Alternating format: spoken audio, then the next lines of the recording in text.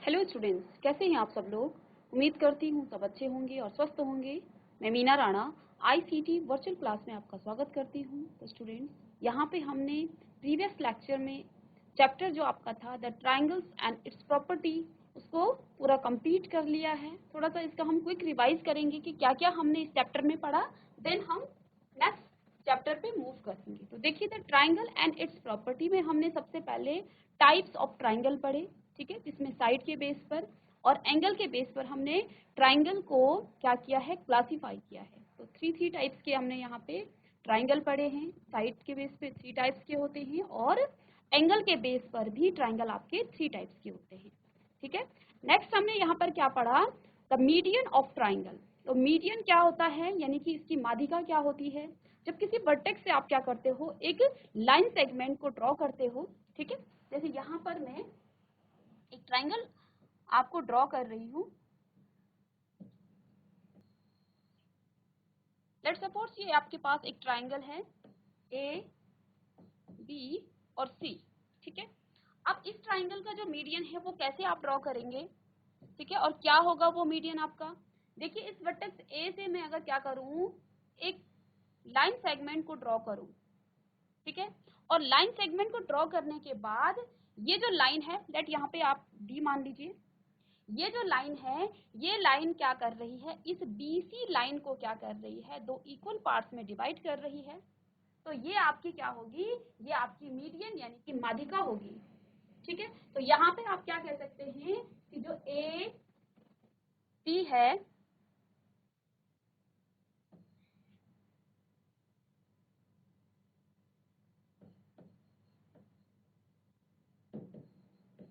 ये आपका मीडियन होगा, ठीक है। तो हमने क्या कहा, हमने ट्राइंगल एंड इट्स प्रॉपर्टी में हम क्या पढ़ेंगे, सबसे पहले जो आपके सिलेबस में है वो है आपका मीडियन। तो मीडियन क्या होता है, किसी भी ट्राइंगल के वर्टेक्स यानी कि शीर्ष से आप क्या करेंगे, जब किसी लाइन सेगमेंट को खींचेंगे या यहाँ पे ड्रॉ करेंगे और ये लाइन सेगमेंट क्या करे, इस अपोजिट साइड को, देखिए इस ए वर्टेक्स के अपोजिट साइड में आपके पास यहाँ पर भुजा बीसी है। ये भुजा बीसी को अगर 2 बराबर भागों में बांटे तो इसको हम कहेंगे कि ये आपका मीडियन होगा, ठीक है। तो यहाँ पे देखिए बीडी बराबर सीडी, तो अगर ये दोनों आपस में बराबर होंगे तो ये आपकी क्या होगी, मीडियन होगी, ठीक है। इसी तरह से अगर आप बात करें किसकी,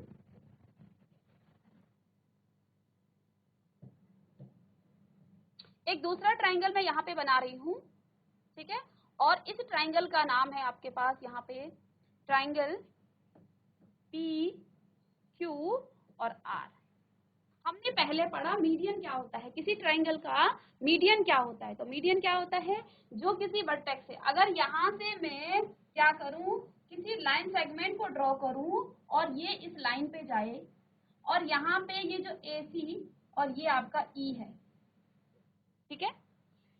AC जो भुजा है उसको ये लाइन क्या कर दे, 2 बराबर भागों में बांट दे, तो यहाँ पर जो ये AE है, ये AE आपकी मीडियन होगी, ठीक है। तो AE भी आपका क्या है, यहाँ पे ये BE, ठीक है, यहाँ पे B है तो इसको आप क्या कहेंगे, BE। तो भुजा B और E भी आपकी क्या है, मीडियन है, ठीक है। इसी तरह से अगर आप यहाँ इस सी वर्टेक्स से, इस सी शीर्ष से क्या करें, यहाँ पे इसको एक लाइन खींचे, एक लाइन ड्रॉ करें और ये लाइन जो है ए बी भुजा को क्या कर दे, 2 बराबर भागों में बांट दे, तो इसको भी आप क्या कहेंगे, ये एफ है। तो यहाँ पे सी एफ भी आपका क्या हो जाएगा, ये भी आपका मीडियन हो जाएगा, ठीक है। आई बात समझ में, ठीक है। तो किसी भी त्रिभुज का मीडियन क्या होता है, जब हम क्या करते हैं, किसी वर्टेक्स से क्या करते हैं, कोई लाइन सेगमेंट को ड्रॉ करते हैं, लाइन सेगमेंट को ड्रॉ करने के बाद अपोजिट साइड को अगर वो क्या कर दे, 2 इक्वल पार्ट्स में डिवाइड कर दे, तो वो आपकी क्या होगी, वो आपकी मीडियन होगी, यानी कि माध्यिका कहलाएगी, ठीक है। अब ऐसा मैंने यहाँ पे एक ट्राइंगल बना दिया है और इस ट्राइंगल ने क्या किया है, एक लाइन तो हमने वर्टेक्स से खींचा है, लेकिन ये दोनों बराबर भागों में नहीं विभाजित हुए हैं, ये दोनों क्या कर रहे हैं, देखिए यहाँ पे Q और यहाँ पे आप S मान लीजिए, QS और SR जो है दोनों बराबर नहीं हैं। तो इस केस में यहाँ पे जो आपकी ये भुजा, ये जो साइड है पी और एस, ये क्या, ये आपकी मीडियन नहीं होगी। ठीक है, आई बात समझ में। तो यहाँ पे जो है हम क्या कह रहे हैं, मीडियन क्या होगा, मीडियन वो भुजा होती है, वो लाइन सेगमेंट होता है जो क्या करता है, किसी वर्टेक्स से और अपोजिट साइड को क्या करती है, दो इक्वल पार्ट्स में डिवाइड करती है। जैसे यहाँ पे ए और डी एक क्या है, एक मीडियन है। क्यों है, क्योंकि ये जो है बीसी भुजा को क्या कर रहा है, दो बराबर भागों में विभाजित कर रहा है। इसी तरह से आपकी बीई भी एक मीडियन है, क्योंकि ये एसी भुजा को, देखिए इसके अपोजिट में, इसके विपरीत में कौन सी भुजा है, भुजा एसी। तो ये एसी को क्या कर रहा है, दो बराबर भागों में विभाजित कर रहा है, दो इक्वल पार्ट्स में इसको डिवाइड कर रहा है। तो यहाँ पे जो आपकी बीई है, ये भी आपका क्या है, मीडियन, यानी कि इसकी माध्यिका है। ठीक है, इसी तरह से अगर आप सी वर्टेक्स से लेंगे, सी वर्टेक्स से हमने एक लाइन सेगमेंट सी एफ को क्या कर दिया है, ड्रॉ कर दिया है। तो सी एफ ने बी ए या ए बी को क्या कर दिया है, दो बराबर भागों में बांटा है। तो सी एफ भी आपका क्या हो जाएगा, ये भी आपका मीडियन होगा। ठीक है, ये हमारा रिवीजन चल रहा है, पूरा चैप्टर हम क्या कर चुके हैं, पूरा चैप्टर हम कर चुके हैं। ठीक है, तो आप ध्यान देंगे, जिन बच्चे, जो भी बच्चे क्लास में नहीं रहे होंगे वो ध्यान देंगे कि मीडियन क्या होता है। सारे कॉन्सेप्ट को हम एक बार रिवाइज करेंगे, देन हम नेक्स्ट चैप्टर पे यहाँ पे मूव करेंगे। तो मीडियन क्या होता है, सब बच्चों को समझ में आ गया होगा कि माध्यिका क्या होती है किसी भी त्रिभुज की। ठीक है, अब सेकंड हमने इसके बाद क्या पढ़ा, माध्यिका के बाद एल्टीट्यूड या फिर हाइट। ठीक है, तो किसी भी त्रिभुज का जो है ऊंचाई, तो किसी त्रिभुज की ऊंचाई क्या होती है, तो ऊंचाई क्या होती है, जब आप क्या करते हो, देखिए यहाँ पे हम इस वर्टेक्स से अगर क्या कर रहे हैं,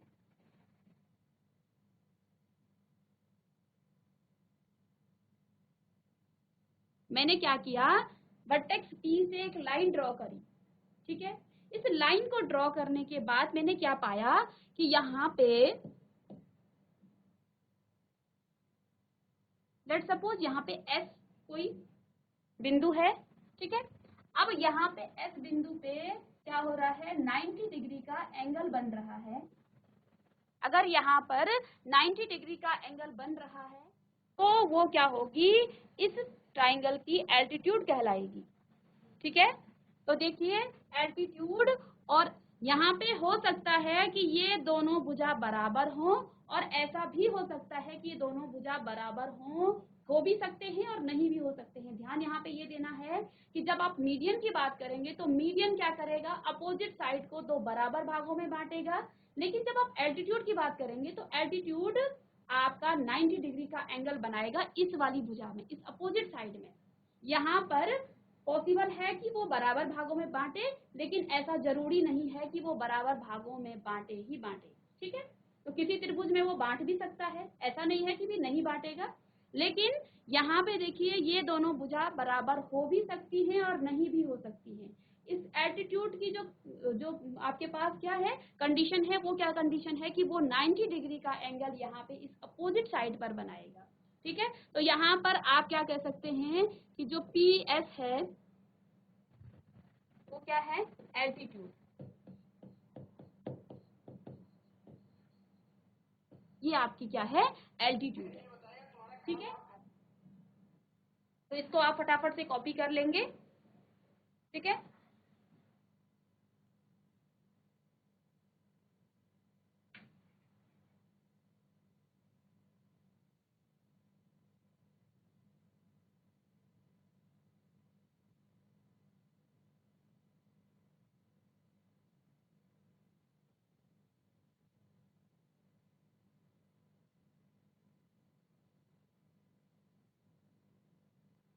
चलिए, तो यहाँ पे हमने दो कॉन्सेप्ट में बात कर ली है कि किसी भी ट्राइंगल का मीडियन क्या होता है और एल्टीट्यूड क्या होता है। तो मीडियन क्या होता है, जो अपोजिट साइड पर क्या करे, वो दो इक्वल भाग में विभाजित करे, अपोजिट भुजा को क्या कर दे, विपरीत भुजा को दो बराबर भागों में विभाजित करे। और एल्टीट्यूड क्या होती है, जब आप क्या करेंगे, किसी वर्टेक्स से एक लाइन सेगमेंट खींचेंगे और वो लाइन सेगमेंट यहाँ पे 90 डिग्री का एंगल बनाए। ठीक है, सिर्फ इतना ध्यान रखना है कि 90 डिग्री का एंगल बनाए। ठीक है, और यहाँ पे ऐसा हो सकता है कि ये 90 डिग्री का एंगल बना भी सकता है और नहीं भी बना सकता, तो इसकी कंडीशन नहीं है, तो इसको हमें ध्यान नहीं देना है। हमें सिर्फ ये ध्यान देना है कि अगर वो क्या कर रहा है, किसी वर्टेक्स से आके अपोजिट साइड को तो बराबर भागों में बांट रहा है, तो वो आपकी क्या होगी, मीडियन होगी। और यहाँ पे हमें इसको नहीं देखना है कि ये क्या कर रहा है बराबर भागों में, वो उसकी कंडीशन है ही नहीं। एल्टीट्यूड क्या होता है, जब वो 90 डिग्री का एंगल बनाएगा वर्टेक्स से आके लाइन सेगमेंट, तो वो आपका एल्टीट्यूड होगा। ठीक है, तो दो चीजें हमने यहाँ पे पढ़ी थी। नेक्स्ट हमने क्या पढ़ा यहाँ पे,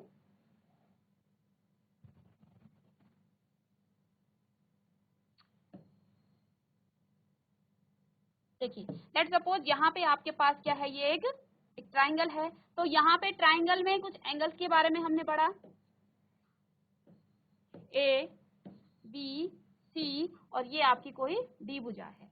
ठीक है, तो हमने क्या कहा, ट्राइंगल के अंदर जितने भी एंगल होते हैं उनको आप कहते हो इंटीरियर एंगल, यानी कि अंतः कोण। किसी भी त्रिभुज के अंदर के बने हुए कोणों को आप कहते हैं ये इसके क्या है, अंतः कोण है। ठीक है, जब हम क्या करते हैं, किसी भी वर्टेक्स को क्या कर देते हैं, किसी भी वर्टेक्स की एक साइड को आप अगर इस तरह से एक्सटेंड करते हैं, तो एक्सटेंड करने पर यहाँ पर एक एंगल बनता है। ठीक है, यहाँ पर एक एंगल फॉर्म होता है। ठीक है, इसी को आप क्या कहते हो, एक्सटीरियर एंगल। तो हमने एक्सटीरियर एंगल की प्रॉपर्टी पढ़ी थी। लेट सपोज यहाँ पे जो है आपका 120 डिग्री का जो है एंगल बन रहा है। तो 120 डिग्री जो है, या फिर 120 नहीं भी है, तो यहाँ पे अगर क्या है आपका एंगल x है, ये एंगल y है, और ये आपका एंगल z है। ठीक है, और यहाँ पे एंगल आपका w है। ठीक है, हमें एक्सटीरियर एंगल अगर निकालना हो तो इसकी प्रॉपर्टी क्या है, जो एक्सटीरियर एंगल आपका है ये इस एक्सटीरियर एंगल के अपोजिट एंगल के सम के इक्वल होगा, यानी कि W जो है, एंगल W आपका किसके बराबर होगा, angle x plus angle y के बराबर। ठीक है, अगर हम x को क्या रख दें, 60 रख दें, और इसको आप 70 रखें, तो कितना हो जाएगा, इसको आप 60 रखें या फिर 55 रखें, तो देखिए अगर आपको W निकालना है और x आपका क्या है 60 डिग्री है। ठीक है, और ये आपका क्या है 70 डिग्री है। ठीक है, तो हम यहाँ से क्या लिखेंगे, x कितना है 60 डिग्री प्लस में 70 डिग्री, तो W यानी कि कितना आ जाएगा 130 डिग्री। तो एक्सटीरियर एंगल प्रॉपर्टी क्या है कि एक्सटीरियर एंगल क्या होता है, किसी भी वर्टेक्स को आप क्या करते हो, जब एक्सटेंड करते हो, एक्सटेंड करने के बाद वहां पर जो एंगल फॉर्म होता है, जैसे यहाँ पे हमने क्या किया है, इस सी वाली बीसी भुजा को आगे एक्सटेंड कर दी है, यानी कि उसको बढ़ा दिया है, तो यहाँ पर एक एंगल बन रहा है। ठीक है, तो इस एंगल को हम कहेंगे एक्सटीरियर एंगल। इसी तरह से हम इस बीसी भुजा को भी इधर भी एक्सटेंड कर सकते हैं, और यहाँ पर भी हमारा क्या बनेगा, यहाँ पर भी हमारा एक्सटीरियर एंगल बनेगा। ठीक है, और अगर हम इस वाली भुजा को बढ़ा दें इधर को, तो यहाँ पर भी आपका एक्सटीरियर एंगल बनेगा। ठीक है, तो जिस भी एंगल का अगर हमें यहाँ से एंगल ए निकालना हो एक्सटीरियर, तो देखिए इसकी अपोजिट एंगल कौन कौन से है, एंगल एक्स और एंगल जेड। ठीक है, तो यहाँ से हम क्या निकालेंगे, angle x plus angle z बराबर क्या हो जाएगा, एंगल a। ठीक है, तो ये यहाँ तक आपको समझ में आ गया है कि ट्राइंगल की जो मीडियन है वो क्या होती है और एल्टीट्यूड क्या होती है। जरा हाथ खड़ा कीजिए जिसको समझ में आ गया है। तो मीडियन, एल्टीट्यूड और एक्सटीरियर एंगल की जो प्रॉपर्टी है वो आपको समझ में आ गया, तो हाथ खड़े करेंगे आप लोग। जीआईसी पंतोली, जीआईसी पंतोली से आपको मेरी आवाज आ रही है? जीआईसी पंतोली से, चलिए कोई बात नहीं। तो यहाँ पे देखिए हमने एक्सटीरियर एंगल को पढ़ा। इसके बाद नेक्स्ट जो कॉन्सेप्ट था वो क्या था हमारे पास, वो था एंगल सम प्रॉपर्टी। तो एंगल सम प्रॉपर्टी में हमने क्या क्या पढ़ा, P, Q और R। तो यहाँ पे एंगल सम प्रॉपर्टी क्या था,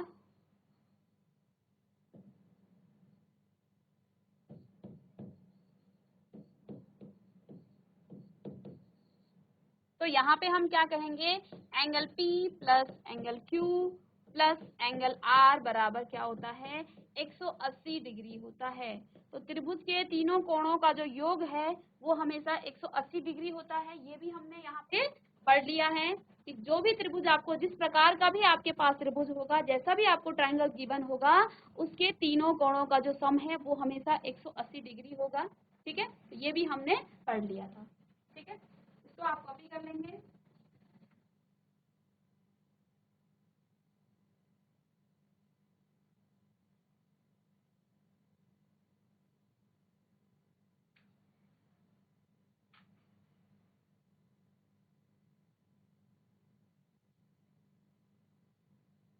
नेक्स्ट जो कॉन्सेप्ट हमने किया था यहाँ पे, वो क्या आपके पास था? देखिए, लेट सपोज आपके पास यहाँ पर कोई ट्राइंगल है।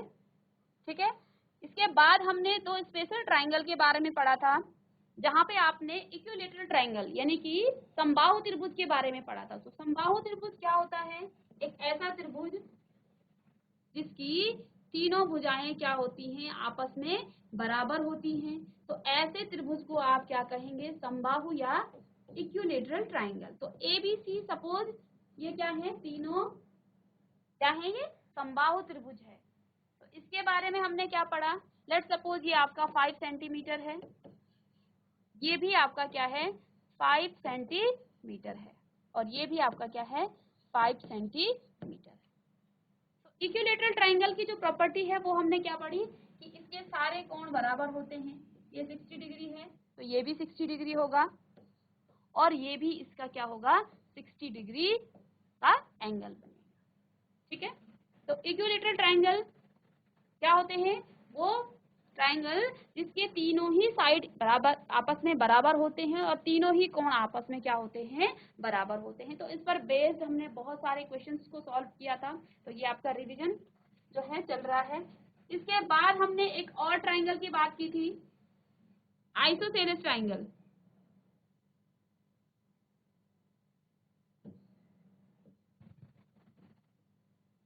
यदि किसी त्रिभुज की दो भुजाएं यहाँ पे PQ और PR अगर आपस में बराबर हैं, ठीक है, और इनके बेस पर बने एंगल भी बराबर हैं, अगर ये x डिग्री है तो ये भी x डिग्री है।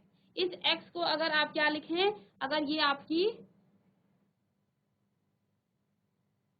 70 डिग्री है तो ये एंगल भी आपका 70 डिग्री का होगा। ठीक है, तो ऐसे ट्राइंगल को आप क्या कहेंगे? ये आपका आइसोसेलेस ट्राइंगल है। तो ये प्रॉपर्टी क्या थी? अगर दो साइडें आपस में बराबर हैं, ठीक है, तो इनके बेस पर बने एंगल भी बराबर होंगे। उस पर आपने क्वेश्चन भी सॉल्व किए हैं। आपको यहाँ पर ये गिवन था कि PQ और PR जो है दो साइड बराबर हैं। इसकी अगर एक एंगल आपको गिवन था तो हमने दूसरे एंगल को इसकी प्रॉपर्टी से निकाल लिया था। तो ये भी हमने यहाँ पर पढ़ लिया है। ठीक है, और इस पर बेस्ड क्वेश्चन भी हमने सॉल्व कर लिए हैं। ठीक है, देन लास्ट हमने क्या पढ़ा? Pythagoras theorem. तो पाइथागोरस जो थ्योरम है वो कहाँ पे अप्लाई होती है? वो राइट एंगल ट्राइंगल पे आपकी जो है वो अप्लाई होता है। तो यहाँ पे देखिए, एक आपके पास जैसे A, B और C, ये आपके पास एक राइट एंगल ट्राइंगल है। राइट एंगल ट्राइंगल का मतलब क्या होता है? जिसकी एक जो कोण है वो 90 डिग्री का हो, तो उसको आप क्या कहते हैं? राइट एंगल ट्राइंगल या राइट ट्राइंगल इसको कह सकते हैं। तो इसके साइड के इस 90 डिग्री के सामने जो भुजा होती है इसको आप कहेंगे हाइपोटेन्यूज, या फिर इसको हिंदी में आप कहते हैं कर्ण। इस भुजा को क्या कहते हैं? कर्ण या फिर हाइपोटेन्यूज। ठीक है, इसके बेस पर, इस बेस को आप क्या कहेंगे? इसको आप कहेंगे आधार। ठीक है, और ये आपका क्या होता है? परपेंडिकुलर इसको कह सकते हैं। ठीक है, या फिर इसको हिंदी में आप क्या कहेंगे? लंब। ठीक है, तो देखिए, हाइपोटेन्यूज, बेस, परपेंडिकुलर, यानी कि कर्ण, लंब और आधार। तो यहां से जो पाइथागोरस का थ्योरम है वो क्या है?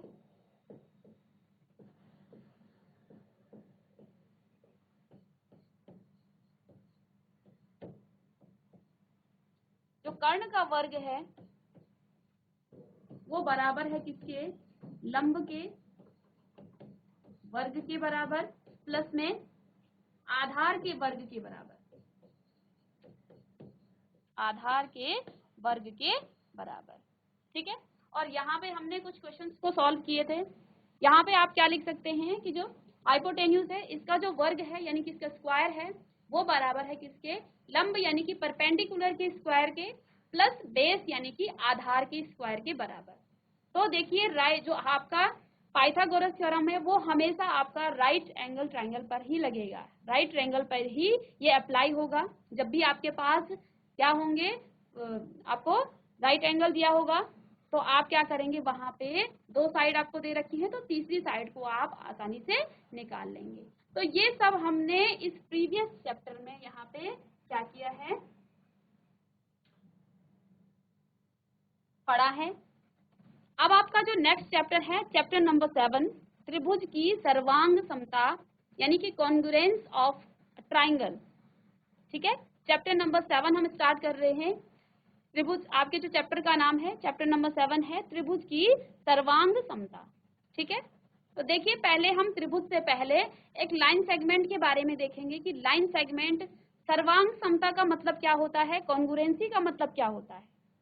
जब भी आप क्या करते हो, किसी पिक्चर को किसी दूसरी पिक्चर के बराबर लेते हो, ठीक है, और वो जो है उस दूसरी पिक्चर को क्या कर दे, पूरी तरह से ढक ले। अब देखिए मेरे दोनों हाथ हैं यहाँ पे, ठीक है, अब मेरे हाथ क्या हैं, दोनों हैं। मैं क्या कर रही हूँ, इस हाथ को इस दूसरे हाथ के ऊपर से इस तरह से रख रही हूँ।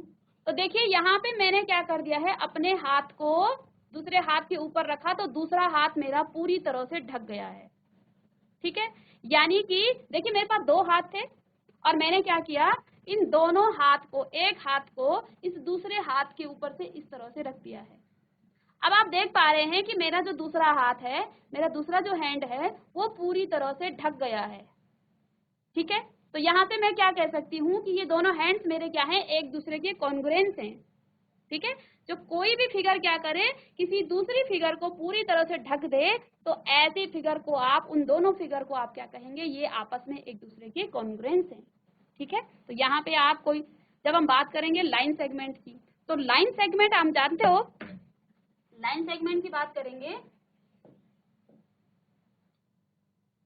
तो लेट सपोज यहाँ पे एक लाइन जो है जिसका नाम है लाइन ए और ये लाइन बी, और दूसरी लाइन मेरे पास है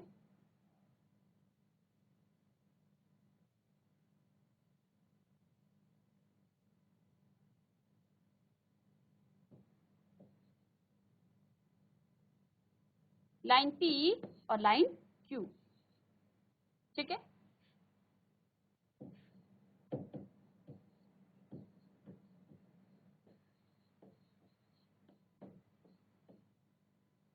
तो यहाँ पे आप देखिए ये दो लाइनें हैं। ठीक है, ये दोनों क्या हैं, लाइन सेगमेंट है। अब ये लाइन ए बी इस लाइन पी क्यू के क्या है, कॉन्ग्रुएंस है, सर्वांग है। जब मैं इस लाइन पी को क्या करूंगी, इस लाइन ए बी के ऊपर रख दूंगी, ये दोनों बेसिकली बराबर हैं। ठीक है, थोड़ा सा इसको यहाँ से आप सीधा कर ले, यहाँ पे मैं लिख देती हूँ इसको, ये आपकी 7 सेंटीमीटर है और ये भी आपकी क्या है, 7 सेंटीमीटर है। ठीक है, तो यहाँ पे हम लाइन सेगमेंट की बात कर रहे हैं। त्रिभुज की सर्वांग समता को हम बाद में देखेंगे, पहले हम सर्वांग समता यानी कि कॉन्ग्रुएंसी के बारे में बात करेंगे कि जब दो फिगर क्या करती हैं, एक दूसरे के ऊपर रखी जाए और वो दूसरी फिगर पीछे से आपको दिखे ना, तो ऐसे पिक्चर को या ऐसे फिगर को आप क्या कहेंगे, ये आपस में क्या है, कॉन्ग्रुएंस हैं। ठीक है, यहाँ पे देखिए ए बी और पी क्यू ये दो लाइनें हैं। ए बी की जो लेंथ है वो 7 सेंटीमीटर है और पी क्यू की जो लेंथ है वो कितनी है, वो भी 7 सेंटीमीटर है। अब आप क्या करें, आप लाइन ए बी के ऊपर लाइन पी क्यू को जब रखेंगे तो ये दोनों आपस में क्या हो जाएंगे, ये ए बी जो लाइन है उसको छुपा देगी।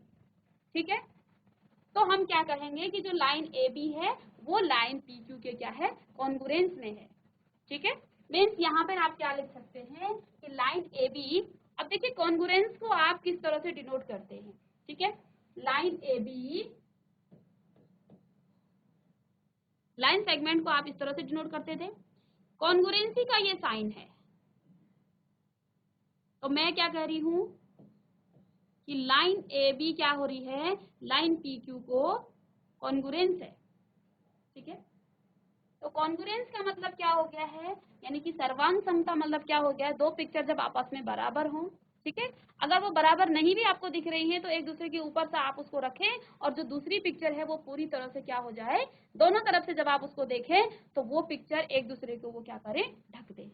ठीक है, तो ऐसे कंडीशन को, ऐसी लाइन सेगमेंट को हम क्या कहेंगे, ये आपस में क्या है, कॉन्ग्रुएंस है। तो कॉन्ग्रुएंसी का जो साइन है ये है, आप इस तरह से उसको डिनोट कर सकते हैं। जैसे यहाँ पे जो है एक लाइन है ए बी और पी क्यू, दोनों की लेंथ सेम है, तो आप चाहे ए बी को पी क्यू के ऊपर रखें, चाहे पी क्यू को ए बी के ऊपर रखें, तो दोनों लाइनें क्या कर देंगी, एक दूसरे को पूरी तरह से कवर कर लेंगी। चाहे आप इधर से देखें चाहे दूसरी तरफ से देखें, तो दोनों लाइनें आपस में क्या हो जाएंगी, कवर हो जाएंगी। ठीक है, तो ऐसे लाइन सेगमेंट को आप क्या कहेंगे, ये लाइन सेगमेंट आपस में क्या है, एक दूसरे के कॉन्ग्रुएंस में।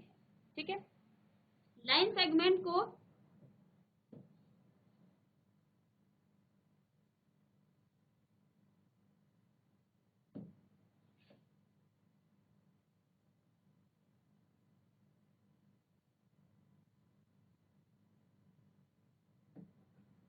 इसी तरह से अगर हम बात करें किसकी, ट्राइंगल की, एंगल की, पहले हम बात करेंगे एंगल की।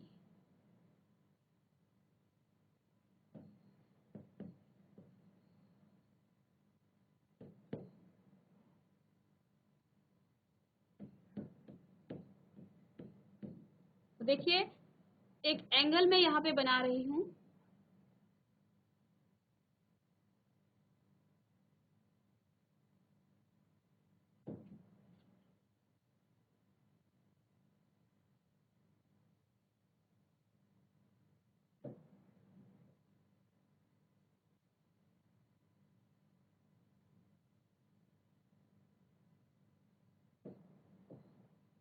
ए बी सी, और ये आपका है पी क्यू और आर। ठीक है, ये सपोज यहाँ पे जो है 60 डिग्री का है और ये एंगल भी आपका क्या है, 60 डिग्री का है। ठीक है, तो यहाँ पे देखिए दो एंगल, हम लाइन सेगमेंट की बात करें तो देखिए दो लाइन जब आपस में इक्वल हों तो ये एक दूसरे के कॉन्ग्रुएंस में होंगी। अब हम एंगल की बात करेंगे, देन हम चलेंगे ट्राइंगल पे।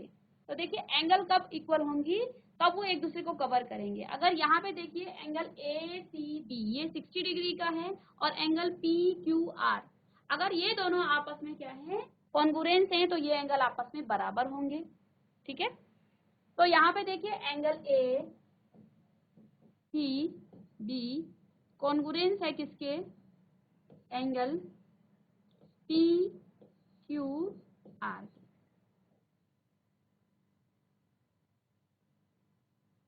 ठीक है, यानी कि अगर दो एंगल की जो मेजरमेंट है वो सेम हो तो वो आपस में कॉन्ग्रुएंस होंगे। तो यहाँ से आप दो चीजें देख सकते हैं कि अगर दो एंगल आपस में सेम है तो वो आपस में कॉन्ग्रुएंस होंगे, या फिर आपको ऐसा दिया हो कि दो जो है एंगल आपस में क्या है, कॉन्ग्रुएंस है, तो उनका जो मेजरमेंट है, उनकी जो नाप है वो सेम होगी।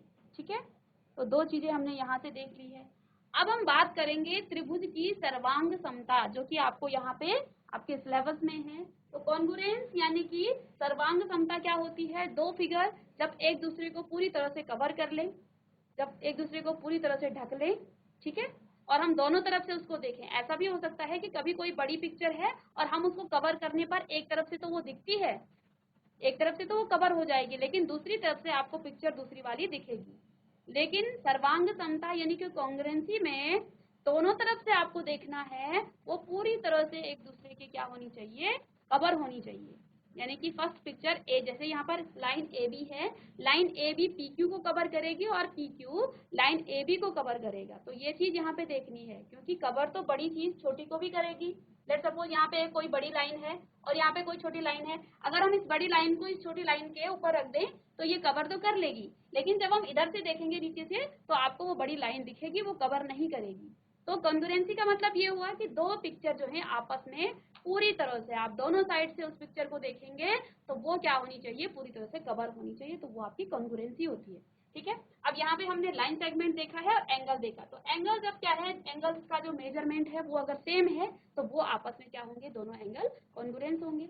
ठीक है, या फिर कॉन्ग्रुएंसी है, दो ट्राइंगल आपस में कॉन्ग्रुएंस है तो उनकी जो मेजरमेंट है वो भी सेम होगी। ठीक है, अब यहाँ पर हम कुछ देखेंगे, तो देखिए यहाँ पे सर्वांग समता यानी कि कॉन्ग्रुएंसी क्या होती है, तो यहाँ पे क्या लिखा है कि जब दो त्रिभुज की जो सारी भुजाओं, और अब हम त्रिभुज के बारे में बात करेंगे। ठीक है, क्योंकि जो आपका सिलेबस है ये त्रिभुज के बारे में ही है। तो देखिए त्रिभुज में जब दो त्रिभुज की जो सारी भुजाएं हैं एवं कोणों का जो माप है वो समान होता है तो वह त्रिभुज सर्वांगसम होते हैं। जब ऐसा होता है तो एक त्रिभुज को दूसरे त्रिभुज के अध्यारोपित करने पर पहला त्रिभुज दूसरे त्रिभुज को पूर्णतया ढक लेता है। अध्यारोपित करने का मतलब एक दूसरे पे हम क्या करते हैं, उसको रखते हैं। तो पहला जो त्रिभुज होगा वो दूसरे त्रिभुज को पूरी तरह से क्या कर देगा, ढक देगा। तो यहाँ पे ए बी सी और पी क्यू आर जो है दो त्रिभुज आपको यहाँ पे गिवन है, दो ट्राइंगल आपको गिवन है। तो यहाँ पे देखिए ऊपर दी गई आकृतियों में जैसा कि हम देख सकते हैं कि यहाँ हमें दो त्रिभुज दिखाई दे रहे हैं और त्रिभुज की बिल्कुल समान भुजाएं हैं। देखिए ए बी जो भुजा है, यहाँ पर एक चीज हमें ध्यान देना है, हमें करस्पॉन्डिंग साइड और करस्पॉन्डिंग एंगल के बारे में बात करना है। आगे हम जब उसके क्राइटेरिया पढ़ेंगे तो वहां पर देखेंगे। तो यहाँ पे ए बी भुजा पी क्यू के बराबर है, भुजा ए सी जो है पी आर के बराबर है। ठीक है, और भुजा पी सी जो है क्यू आर के बराबर है। तो ये दोनों जो ट्राइंगल हैं ये आपस में क्या है, कॉन्ग्रुएंस हैं, ये आपस में क्या है, सर्वांगसम है। तो त्रिभुज को पूरी तरह से ढक लेते हैं। तो यहाँ पर आप क्या कह सकते हैं कि त्रिभुज यानी कि triangle A B C congruence, तो कॉन्ग्रुएंसी का ये साइन है। ठीक है, इस तरह से हम कॉन्ग्रुएंसी के साइन को लिखेंगे, ट्राइंगल पी क्यू और आर।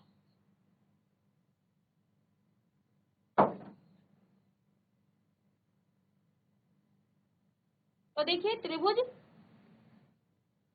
दोनों त्रिभुज जो है सर्वांगसम है यानी कि कॉन्ग्रुएंस है। क्यों है, क्योंकि इसकी सारी साइडें और सारे इक्वल्स सारे एंगल आपस में क्या है, बराबर हैं।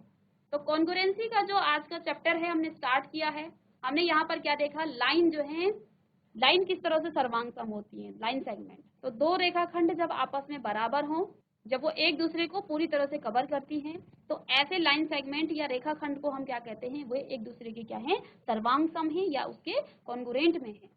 इसी तरह से ट्राइंगल की बात हमने की, जब दो ट्राइंगल का मेजरमेंट सेम होता है तो वो दोनों ट्राइंगल आपस में क्या होते हैं, कॉन्ग्रुएंस होते हैं। कॉन्ग्रुएंट का जो साइन है इस तरह से हम इसको डिनोट करते हैं।